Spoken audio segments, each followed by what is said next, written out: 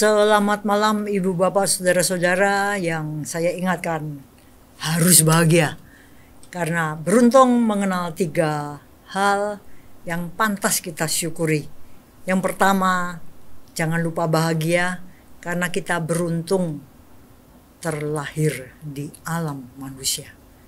Yang kedua, kita bersyukur karena beruntung mengenal Dhamma, ajaran kebenaran sebagaimana dibabarkan oleh The Buddha sebagai langkah kita berjalan secara mantap menuju kematian, gitu ya ceritanya.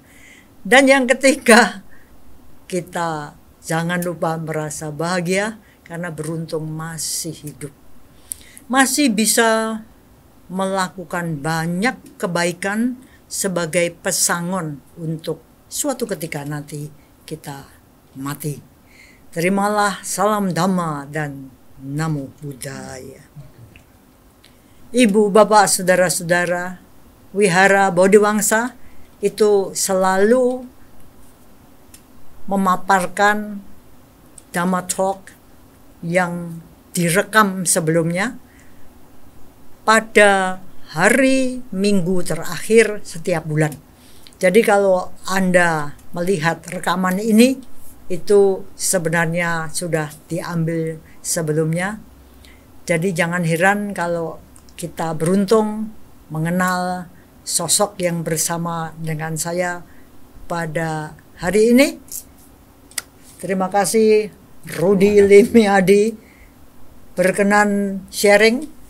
Dan juga terima kasih pada Adianto yang selalu mendaulat dirinya sebagai moderator. Ya, ini mau dibawa kemana? Silakan. Iya, terima kasih Bu Lani. Terima kasih Pak Rudi, biasa panggilan kesayangan Koko Gede. Sudah jauh-jauh dari Jakarta dan datang ke Klaten dan punya kesempatan pada hari ini kita rekaman untuk berbagi dengan pemirsa kita. Kita mulai dengan kedatangan kode justru yang kita mau sorotin ya. Pemirsa, kita punya acara tradisi tahunan yang sudah dimulai bulan Ibu Wena lebih dari 1 dasawarsa ya, 10 tahun, 20 tahun. 20 tahun, 2 dasawarsa. Bukan, tapi yang self course 2009. 15 tahun. 15 tahun ya. Nah, sudah 15 tahun mengadakan kegiatan retreat meditasi personal pribadi, secara pribadi maksudnya self retreat. Jadi masing-masing mengikuti jadwal yang disepakati ya, sudah ditentukan, kemudian yang masing-masing menjalankan jadwal tersebut untuk melakukan meditasi masing-masing. Nah, Kode termasuk yang tiap tahun datang. Yeah. Ini akhir tahun agak beda. Orang akhir tahun itu biasanya diselenggarakan atau dilakukan oleh orang-orang yang namanya old and new dengan acara kebiar, kata laporan berita puncak Bogor macet, banyak yang ngumpul di sana. Kode malah ke kampung kecil Klaten, sepi. Ini apa ini yang Kode lakukan? Kok cuman mau beda dengan orang lain? Ya memang umat Buddha kan boleh dikata orang-orang yang menentang arus ya. Menentang arus dalam pengertian kita tidak harus selalu ikut arus. Ya kalau kita boleh ikut arus sepanjang kita paham dan kita yakini arus itu membawa manfaat buat kita. Tapi kalau kita melihat ada alternatif lain yang lebih baik, ya why not gitu ya. Meskipun itu kelihatannya menentang arus gitu ya. Tapi mungkin satu saat ini akan menjadi tren juga gitu ya. Ya. Udah bosen soalnya dengan kebiar udah. Jadi buat saya perayaan Old and New itu apa ya? Menjadi bagian yang klise klise dalam pengertian tiap tahun begitu-begitu aja, ada resolusi, nanti ya dilanggar lagi, resolusi tiap tahun begitu lagi, terus itu lama-lama so what gitu ya perayaan tahun baru. Kan kalau kita ya maaf ya kadang-kadang memang ya itu yang saya bilang tadi, umat Buddha itu menentang arus. Sebenarnya apa artinya sih 31 ke tanggal 1 Januari tahun berikutnya. Jadi sebenarnya tidak terlalu ada bedanya gitu. Ya life is gone like ya, seperti biasa as usual gitu. Jadi nggak ada something yang tiba-tiba jelek. Wah, besok itu pasti ada bedanya gitu. Oh, ada kalender pada diganti. Iya, harus copot ganti. Betul, itunya betul. Ada tradisi, mungkin ada orang lain yang bersih-bersih, ada barbekyuan dan lain-lain. Buat saya it's done already. Sudah di mahasiswa kita udah sering begitu-begitu dan itu udah ya bukannya membosankan ya, tapi tanpa makna yang ya seperti saya bilang nggak ada akan berulang tiap tahun seperti itu lagi terus apa bedanya. Jadi mencari sesuatu yang mungkin alternatif yang lebih bermakna buat saya ya, apalagi kalau bukan meditasi ya. Karena kan bagi orang kerja itu cari waktu yang cukup panjang untuk cuti itu susah banget gitu ya. Dan teman-teman saya juga selalu teriak, halah, kok enak banget tuh cuti tiap tahun, akhir bulan, panjang lagi, sampai akhir tahun. Ya, itu privilege saya. Karena ketika saya masuk ke company yang sekarang ini adalah dari awal pun saya udah bilang bahwa saya perlu retreat di akhir tahun.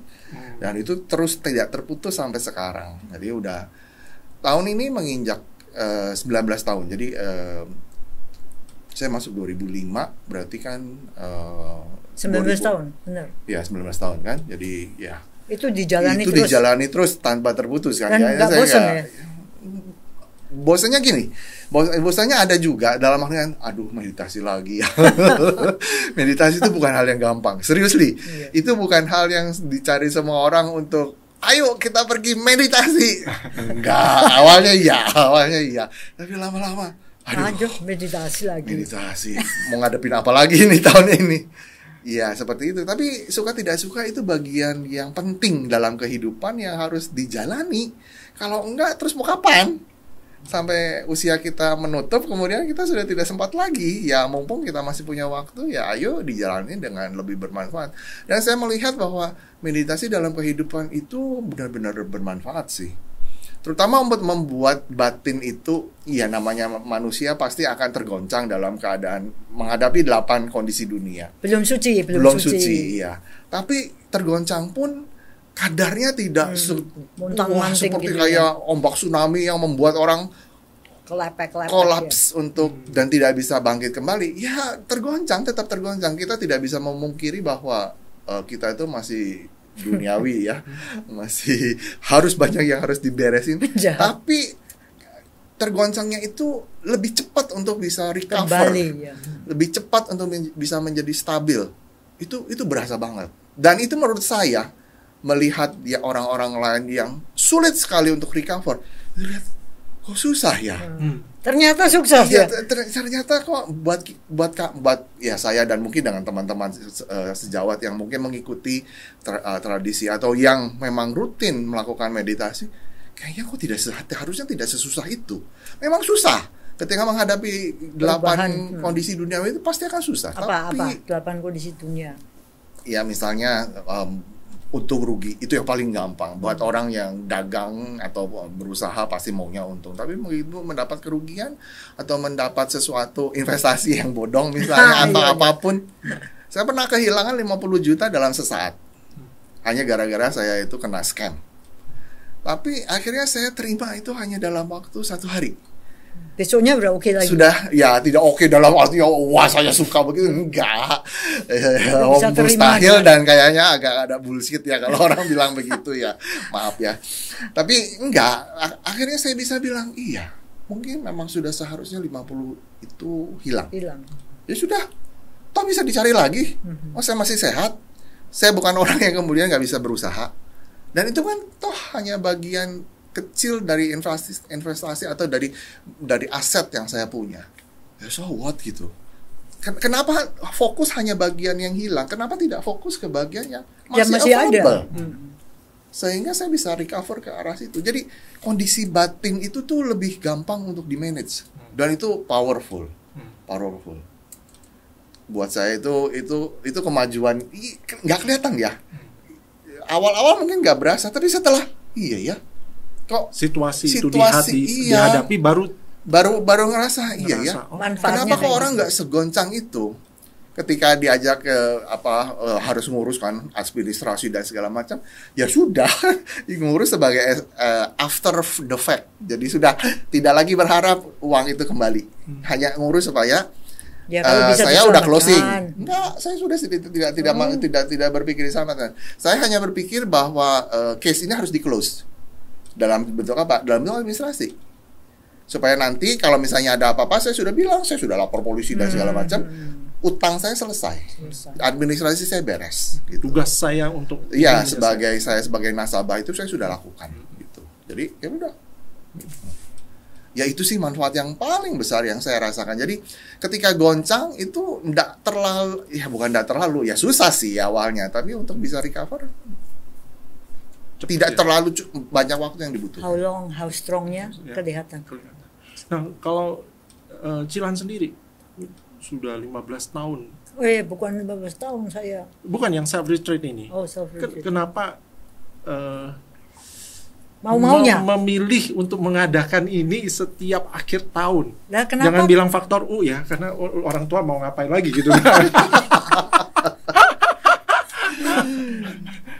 Ya, kalau ditanya kenapa, ya sama aja dengan aku juga tanya kenapa kok kamu juga mau ikut, kenapa kok juga Rudi mau ikut, karena terpaksa ya.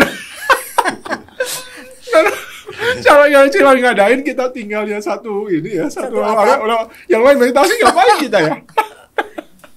Ya tapi kalau menurut saya itu meditasi itu kan sebenarnya kan otak-atiknya kan pikiran kan. Dan aku ini ikut pikiranku itu 24 jam sehari loh. Aku ikut kamu, ikut Rudi berapa menit, berapa jam. Tapi aku ikut diriku itu 24 jam sehari. Nah sekarang kalau aku menghadapi segala macam, itu kan aku ikut aku sendiri gitu loh maksudnya. Begitu menghadapi, nah sekarang gimana aku merespon kan lewat pikiran. Nah kalau misalnya aja lah ruangan kotor, ya kita bersih-bersih. Ini eksternal loh ini. Nah sekarang kalau internal, pikiran itu kan internal faktorku. Nggak aku bersih-bersihkan. Apa nggak konyol gitu. Fisik aja aku mandiin loh, ini fisik. Nah kalau pikiran kotor, masuk nggak aku mandiin. Dan yang menarik itu biasanya aku dapati pada waktu hari pertama, kedua sit gitu ya. Kalau sekarang ini lebih sangat mencorong kelihatan alangkah pentingnya aku meditasi. Karena hari pertama, kedua, ya ini aja lah. Ini sekarang ini tanggal 2 Januari ya, waktu rekaman dibikin. Baru kemarin kita selesai. Itu hari pertama, hari kedua, tanggal 24-25, itu aku walking meditation itu nggak bisa loh. Karena memang lututku buruk, tapi karena aku nggak bisa nyalahkan lutut kan. Karena waktu hari ke 4, 5, 6, aku sudah nggak sempoyongan lagi. Tapi hari pertama kedua tuh aku kalau walking meditation tuh sempoyongan loh.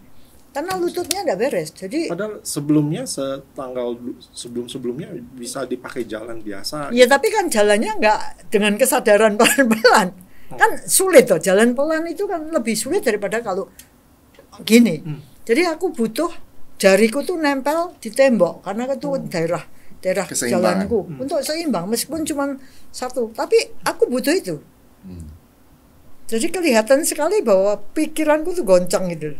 Nah bersama dengan waktu, karena sehari kita meditasi 10 jam kan, mungkin 11 jam, maka hari ke-3 itu aku sudah ngerti bahwa ternyata gitu loh, pikiran ini benar-benar jenderalnya dan kakiku ini kopral.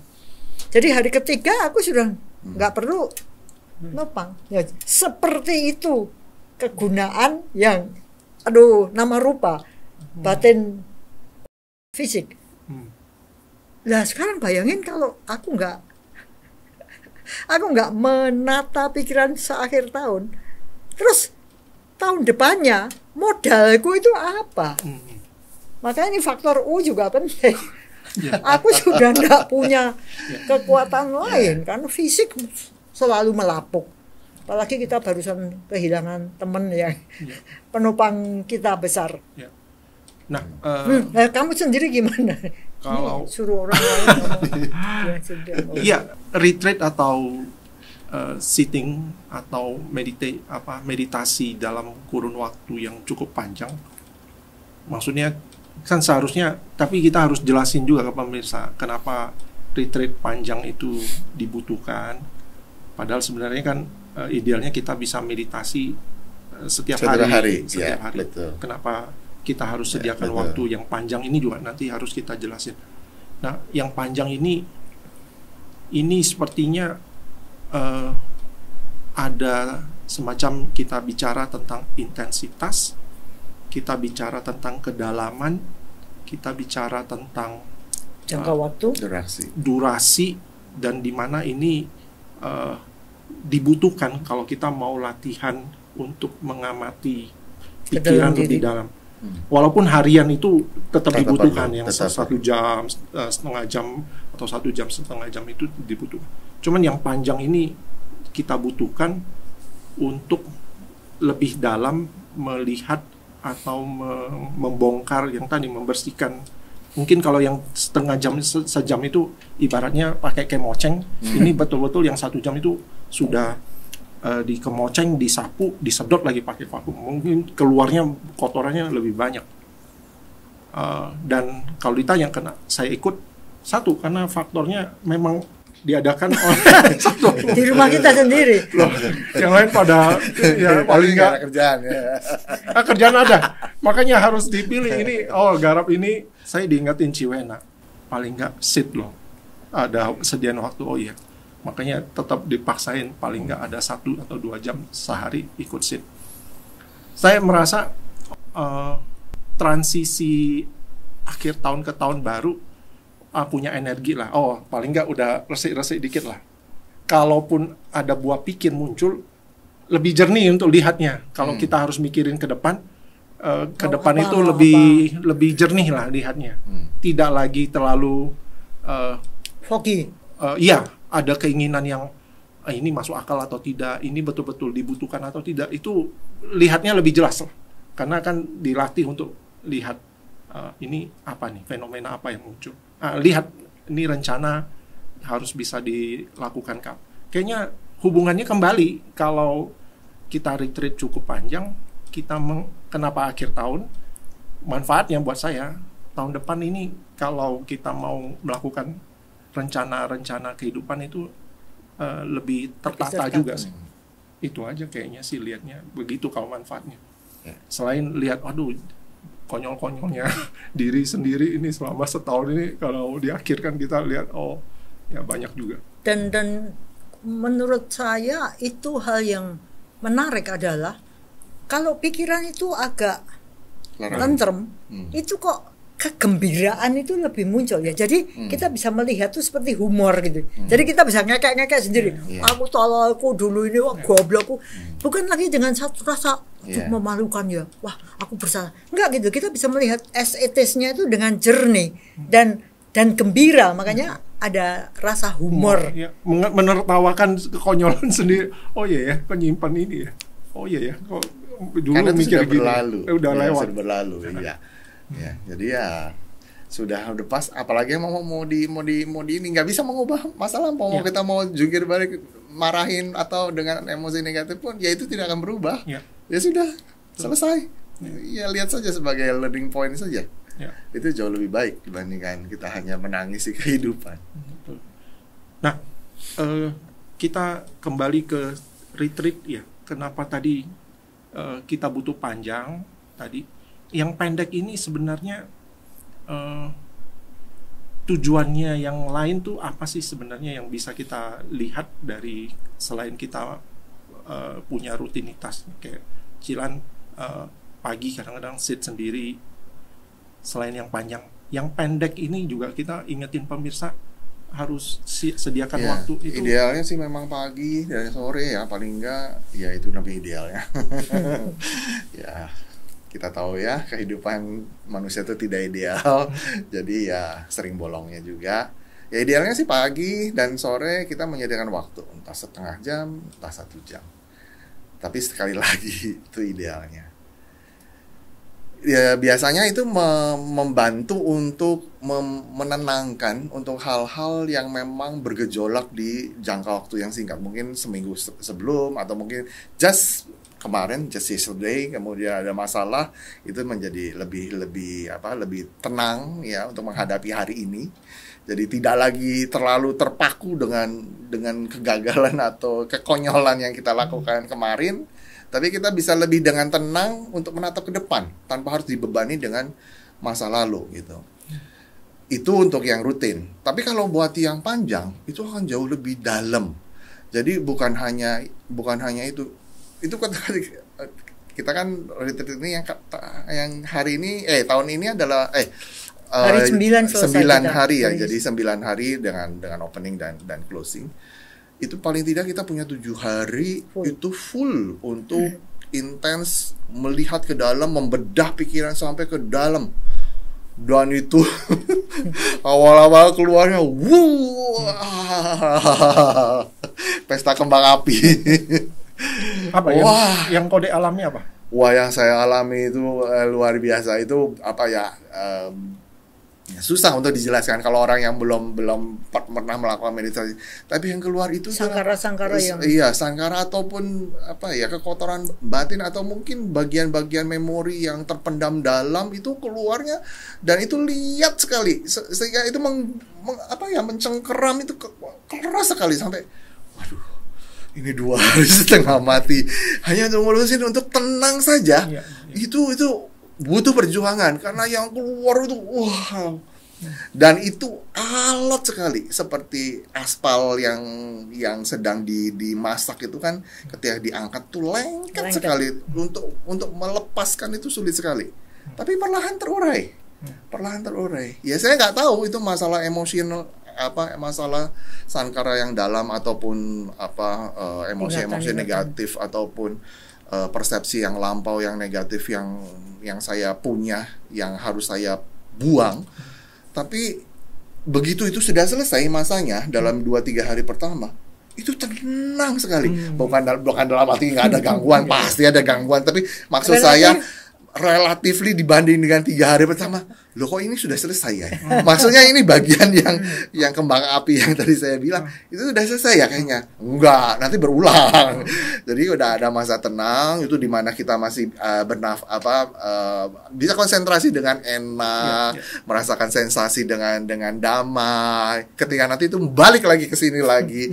Tapi kan itu kan hal yang wajar ya. Untuk itu kita latihan. Jadi kalau kita terus tenang terus kita bingung, ini kok nggak keluar ya yang ini, karena kan kita tahu itu anicca. Jadi ketenangan itu pun anicca. Satu saat ketenangan itu akan tergulung dengan gelombang yang mirip, mungkin tidak sama intensitasnya, bisa lebih berat, bisa lebih ringan, bisa dengan keadaan yang berbeda, tapi itu akan berulang. Jadi sudah standby. Ini siap-siap. Ini bentar lagi nih. Jadi prepare gitu ya. Jadi itu juga yang diperlukan ketika kita dalam kehidupan. Nanti kan kita begitu gelombang masalah itu datang ya, kemudian tiba-tiba tenang. Kita harus prepare ketika itu satu saat. Jangan-jangan ternyata ini belum selesai nih. Kita itu balik lagi gitu. Jadi secara mental itu kita dikuatkan dengan latihan yang seperti ini.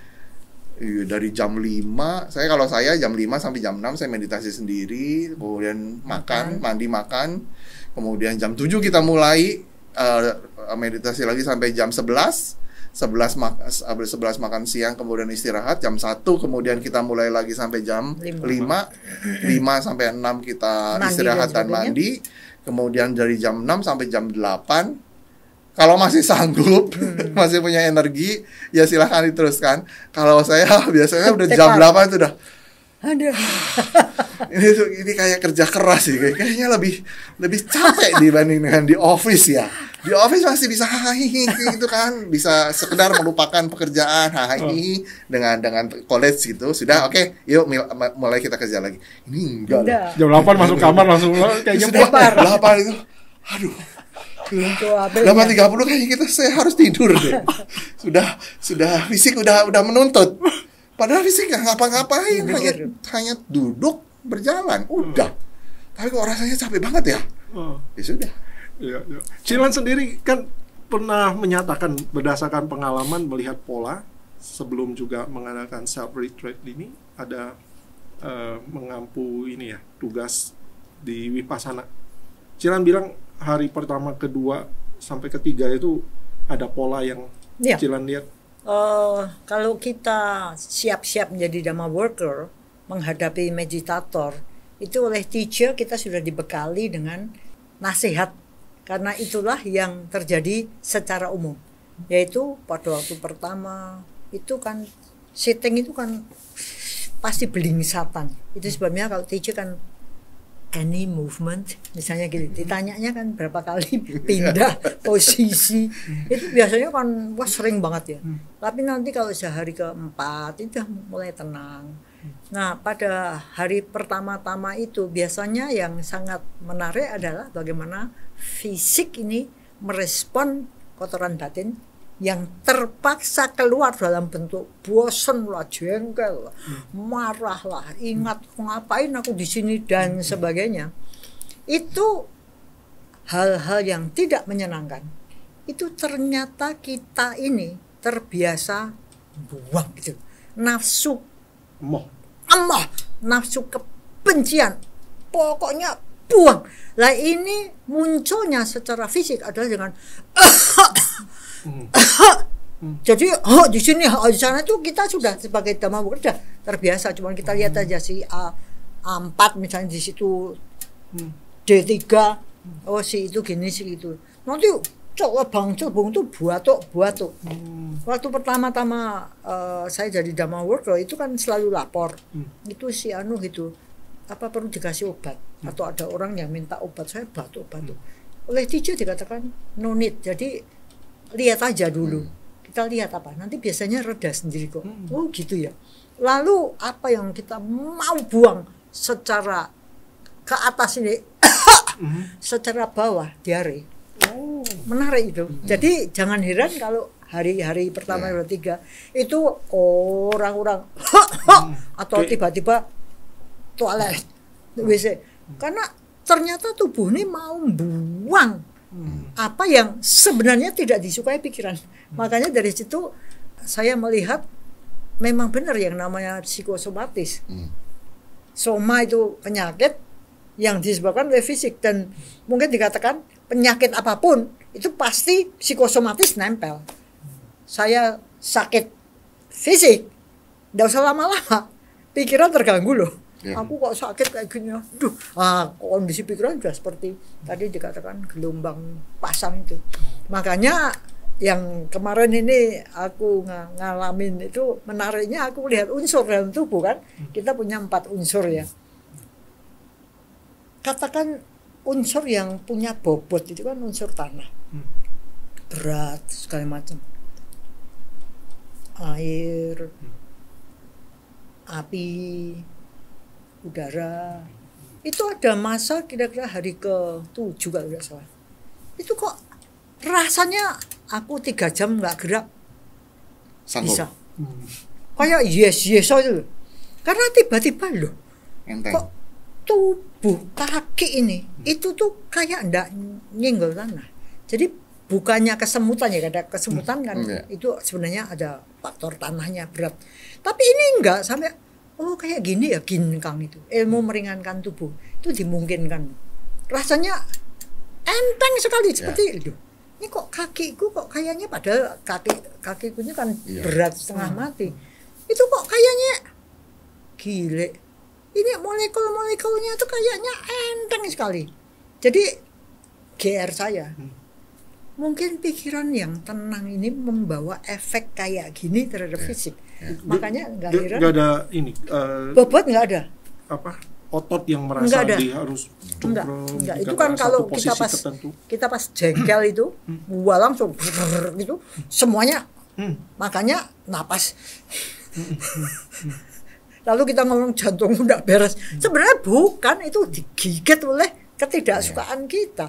Jadi menarik bagiku itu meditasi. Itu ngelatih bagaimana aku melatih fisikku untuk merespon pikiran dengan positif itu. Jadi misalnya aku sakit misalnya, panas. Oh, ini flu misalnya, katakan flu. Unsurnya apa? Api kan? Api. Ya udah, kalau kita meditasi, kalau kita tidak mampu setting ya walk lying down gitu ya, baring gitu ya. Ya udah. Ini kan merasa napas juga panas. Karena unsur apinya lagi membakar kan. Tapi lama-lama kalau kita tenang, itu unsur api itu mata sendiri gitu. Jadi tiba-tiba sudah tidak panas. Makanya itu kelihatannya kayak wah mujizat. Bukan. Itu ya begitulah fisik bekerja dengan kita 4 unsur. Releasing makanya kalau aku barusan pergi Penang ini ceritanya, ngecek, aku lihat hasilnya lebih bagus ya. Padahal aku lebih tua. Tapi kok underdale-nya kelihatannya lebih bagus. Bukannya underdale-nya lebih bagus mungkin, pikirannya tapi, lebih fungsinya organ lebih bagus karena mesinnya ini lebih tertata. Makanya aku kalau ngomong sama kamu, mind, hati-hati dengan pikiran, karena penyakit-penyakit itu biasanya dipicunya oleh pikiran. Meskipun mungkin aku diomongin fanatik sama dhamma apa-apa dhamma, tapi kalau aku pikir ya memang begitulah, nama rupa itu seperti itu. Jadi aku sendiri mengamati fisik, mengamati pikiran, dan melihat bagaimana mereka join, itu indah banget gitu. Jadi seberapa aku ini jadi bos, seberapa aku jadi budak, itu kelihatan sekali. Dan kembali pada humor, malah aku ini goblok kok. Jadi sudah gitu. Rasanya lebih gampang melepas daripada dengan jangan sampai orang lain tahu. Ini memalukan ini. Wah, ini kan langsung ketegangan ini kan ya menyebabkan segala macam kan. Detak jantung dicek. Wah, detak jantungnya 100 lebih, padahal harusnya yang normal 80. Misalnya. Apalagi wah, ini kok muntir jantungnya. Ya mungkin pikiran kita pas waktu itu ya muntir bener. Mungkin, tapi bukannya kita enggak ke dokter, kita ya ke dokter, tapi kita bagaimana caranya untuk membuat pikiran ini terimalah ini kira-kira pikiranku. Jadi menurut aku jauh lebih praktis kalau kita mengamati pikiran terlebih dulu, karena ada di dalam diri kita, dibandingkan dengan kelabakan cari dokter ini minum obat ini. Seperti itu. Jadi bagi aku yang sudah mau mati ini, meditasi itu jadi menarik. Karena meditasiku mungkin bukan lebih ke setting secara ideal tadi. Aku lebih senang mengamati from moment to moment. Jadi aku mungkin tengah-tengah gini, aku kembali ke napas gitu. Oh, aku ini udah tegang ini. Nah, kembali ke relax. Lalu, jadi mungkin dalam waktu 1 menit aku ngabisin misalnya 3 detik untuk lihat diri, 10 menit aku melihat 10 detik untuk melihat dalam diri. Itu kok rasanya amat sangat bermanfaat. Meskipun mungkin aku enggak setting setengah jam, 1 jam, tapi aku ambil curi-curi dari sana sini. Misalnya aku lagi ngomong sama kamu gini, aku sambil dengerin, aku ngecek. Oh, aku ini tegang. Karena ketegangan ini kok sebenarnya yang jadi masalah. Ya, dan sekaligus gitu. Alarm. Ya, kita ini sebenarnya dalam posisi kayak apa sih gitu. Karena aku sendiri merasa aku nih seringnya gini gitu. Jadi sebenarnya aku ini sering tegang. Makanya nanti ngomong-ngomong mungkin 3 menit, aku kok sudah tegang ya. Jadi lebih sering gembosi di sana sini. Itu kok menurut aku amat sangat bermanfaat. Nah, ini dia yang jadi menarik juga buat pemirsa. Kenapa kita kan diajarkan untuk senantiasa waspada setiap saat, aware, mindfulness, sati. Ini hubungannya dengan latihan panjang, dengan tiap hari yang harus sati itu, bisa nggak ini hubungannya? Oh, kita tuh kalau tiap hari sati aja, kita tuh nggak perlu retreat, atau malah sebaliknya, supaya bisa sati tiap hari harus retreat dulu. Ini kadang-kadang ada yang, oh ya tiap hari aku sudah perhatian, jadi nggak perlu retreat. Ada pernyataan begitu. Itu dua pandangan ekstrim yang harus dihindari. Dua-duanya tetap relevan, maksudnya dalam keseharian ya itu kita harus juga aware. Jadi supaya kalau kita bertindak itu juga dengan kesadaran, dan itu perlu diupayakan dan perlu latihan. Ya, ketika kita ngomong tuh kita harus sadar ada yang kita ngomong, jangan kemudian sudah keceplosan ngomel kemudian baru sadar ternyata orang yang lain yang harusnya diomelin bukan orang yang di depan. Mau malu sudah terlambat gitu kan. Akan jadi nggak pas. Atau sebaliknya, ya retreat juga tetap perlu karena itu bagian yang akan memperkuat fondasi. Jadi dua hal ini akan sangat membantu. Susah untuk dikatakan secara hubungan karena kan mungkin kita tidak bisa, masing-masing individu pasti beda. Kemudian juga pengalaman bisa berbeda dan juga kemudian intensitas masing-masing tentang kesadaran sendiri berbeda. Orang yang sudah latihan cukup lama itu akan cukup cepat untuk langsung sadar ketahuan gitu ya. Sebelum melakukan sesuatu, lah ini udah mau, ini tanda-tandanya udah ya kecilan tadi. Ini udah tegang. Atau ini udah mau marah nih. Sudah tahu duluan. Jadi sebelum itu kejadian udah bisa dicegah. Atau ada orang yang mungkin agak telat. Ya, tapi masih mendingan. Ketika marah itu terjadi, dia aware. Setengah ya, saya ini lagi marah. Intensitasnya langsung mereda. Mungkin dia tetap marah, mungkin sempat tetap marah, dulu. tetap dia dan dia akan tetap melanjutkan marahnya, tetapi dengan cara yang berbeda, dengan kesadaran bahwa dia marah untuk hal apa, bukan menuduh orang, tetapi perbuatan atau situasi yang dia soroti, bukan personal jadinya, bahwa saya marah kepada Adi, bukan, tetapi perbuatan Adi yang saya tidak suka pada saat itu. Jadi lebih jelas Ya, kita kemarahnya. proporsinya jadi jelas dan orang yang dimarahin pun jadi nggak terlalu sakit hati dalam pengertian ya iya bagian itu doang yang dimarahin, yang lain yang enggak gitu. Bukan personal saya seakan-akan semua jelek, enggak gitu. Ya tapi itu of course dibutuhkan latihan dan kedewasaan ya. Perlu inilah, perlu perjalanan, nggak bisa langsung ke sana. Dan itu makanya retreat panjang tetap dibutuhkan. Tiap tahun itu perlu. Karena kita nggak boleh bilang, oh aku sudah Jumawa. Sudah aku tiap hari udah ngembangin nih, aku nggak butuh retreat. Ya memang nggak butuh karena malas. Karena retreat panjang itu nggak gampang tuh. Ya. Nah, jalan sendiri tadi yang menarik adalah di sela-sela bisa kembali cek kesadaran macam itu kan muncul indah ya itu ya kayaknya. Ya, saya dengarnya keren. Itu. Oh lagi ngapain, nunggu ngecek dulu. Nah kebiasaan ngecek ini Cilan lihatnya. Saya itu takut mati dalam kondisi yang konyol gitu. Pikirannya lagi itu bener nggak? Ayo Kak, konyol kan? Sekarang kalau lihat orang sakit jantung, jebret mati. Wah, lah sekarang kalau kita lihat pada waktu sebelum dia mati itu apa ya pikiran kayak apa enggak konyol. Nah sekarang kan saya melihat hal kayak gitu kan, saya sendiri perlu belajar dong supaya nggak konyol gitu gimana. Ini aja masih konyol gitu, tapi yang mengurangi nggak terlalu konyol gimana caranya ya paling tidak harus banyak mikirkan tentang kematian. Kalau aku gitu, kalau aku mikir kematian ya hal-hal yang nggak penting ya. Jadi nggak terlalu tidak relevan. Aku benci sama kamu. Nggak relevan. Waduh, lah kalau aku nggak segera lepas, aku mati pada titik ini, aku mau kemana? Ya kan konyol. Aku marah sama kamu nggak merasa. Iya. Lah coba. Ya makanya nggak relevan. Cengenges kurang ajar kayak gitu. Aku sudah bergidik kayak gini. Kan jadi konyol gitu loh. Yeah. Maka bagaimana kita mencintai diri sendiri dengan cukup bijaksana, cukup punya pandangan benar, itu kan jadi menarik sekali untuk sanggup kita from moment to moment kan. Lah sekarang kalau misalnya aja Ruth datangnya kapan? Aku nggak mau lagi datang meditasi misalnya, aku marah, terus aku mau meditasi apa enggak? Ayo meditasi, wah repot, terus Kan aku menaruh diriku tergantung pada lingkungan seperti orang lain. Dan sekarang kalau aku mikir, emangnya matiku itu matinya Rudi, matiku matinya Adi, enggak juga kan.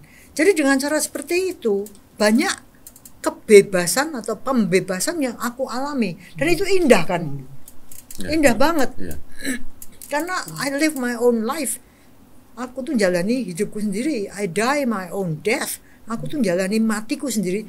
Itu indah bagi aku. Kalau kamu mau ya cayo, kalau enggak mau ya enggak apa-apa. Ya aku tetap mau. Saya gitu butuh tetap. Nah itu kan jadi membebaskan banyak hal. Jilan, coba didetilkan lagi perdalam yang tadi tuh, terampil mengambil momen-momen untuk cek di ini. Ini yang saya pikir jadi penutup untuk sesi kita. Yang bisa kita lakukan itu mengamati apa dan terus seperti apa yang kita lakukan. Ada satu pencerahan yang saya dapat waktu Vipassana Goenka, dan waktu itu saya sedang menerjemahkan khotbah-khotbahnya Goenkaji. Salah satu yang saya kaget adalah sensation, sensasi itu disebutkan sebagai feeling, perasaan, ya. Jadi sensation dan feeling itu ternyata kan berbeda.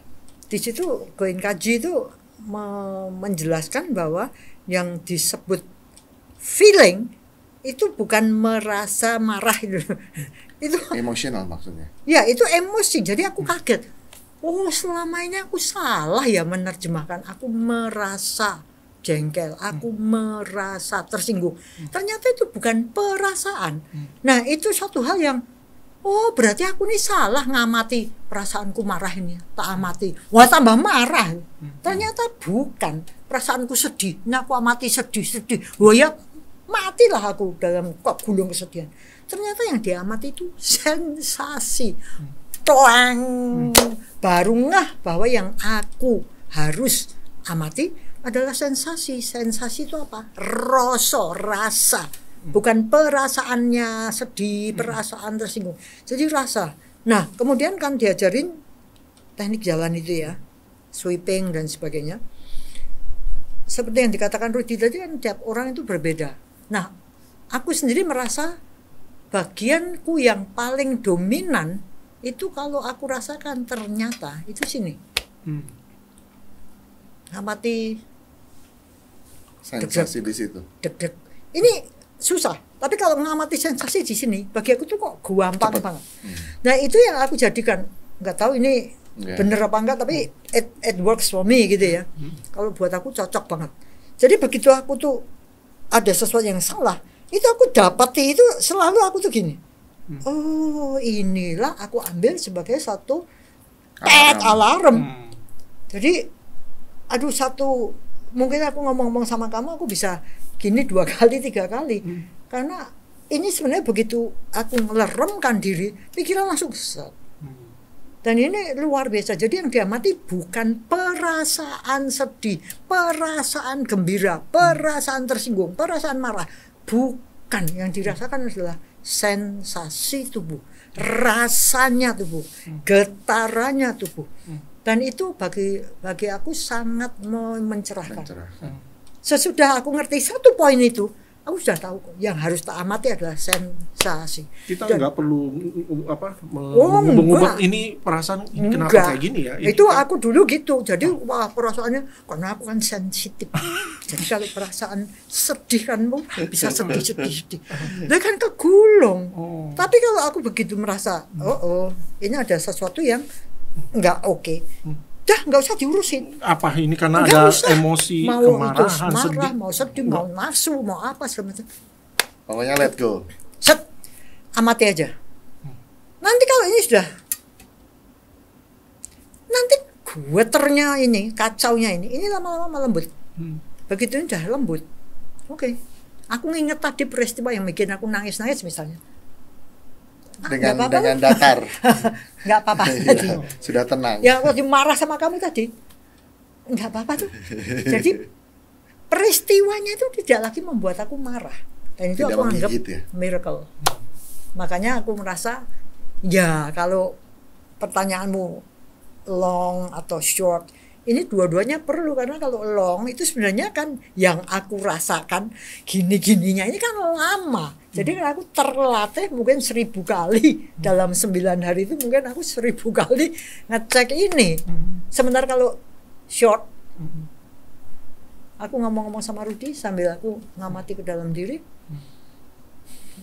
udah lagi, nanti lagi. Tapi kalau shit nggak ada ngapa-ngapain, cuma liatin kok apa mau kapan, jadi lebih cepat untuk ini. Aku kecolongan, aku kedodoran, ini apa namanya, kesadaran kedodoran cepat. Makanya tadi dia mau marah, belum marah sudah bagaimana tadi ada apa padahal tadi siap untuk maki-maki. Jadi hal-hal seperti gitu tuh ternyata bener gitu. Makanya mungkin kalau aku diomongin fanatik patah, bukan panati patah, biasanya aku ngomong fanatik. Ya memang bukannya fanatik, tapi memang itulah kebenaran yang manfaatnya aku rasakan bener-bener. Indah. Ya, dhamma itu harus ada manfaat. Kalau nggak ada manfaat, buat apa kita belajar dhamma? Ini buat apa? Kan hanya ilmu pengetahuan, so what gitu kan. Tapi kalau itu ada manfaat, nah itulah baru dhamma. Kalau cuma ilmu pengetahuan, kita kalah dengan akibat ilmu pengetahuan, yaitu kesombongan. Kamu tahu apa? Ha? Udah, kita kalah.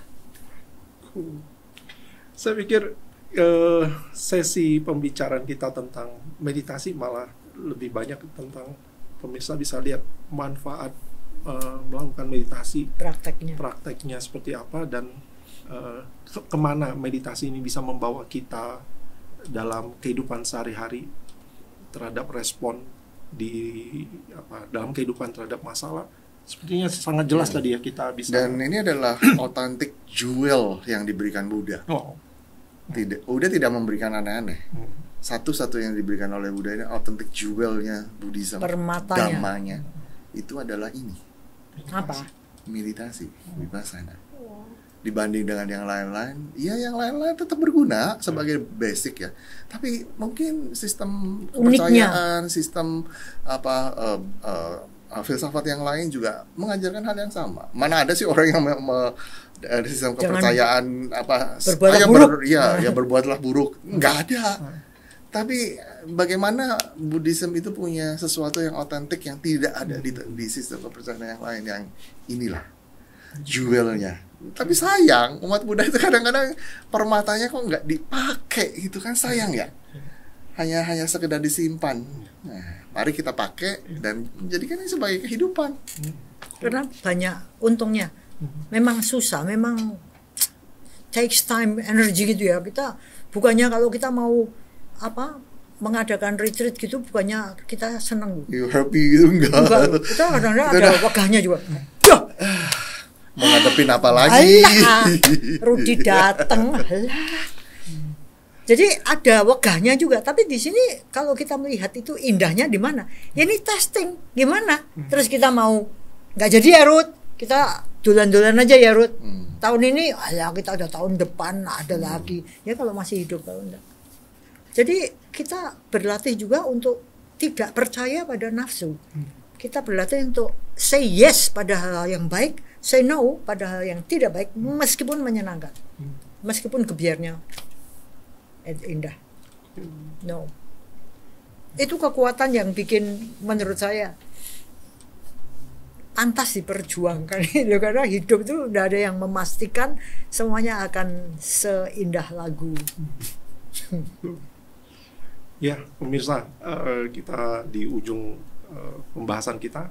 Jadi pemirsa bisa lihat bagaimana praktek meditasi kita lakukan dalam retreat dan manfaatnya dalam kita kehidupan sehari-hari dalam menjaga kesadaran, dan manfaatnya juga dalam kehidupan bisa kita lihat sangat jelas dari pembahasan barusan.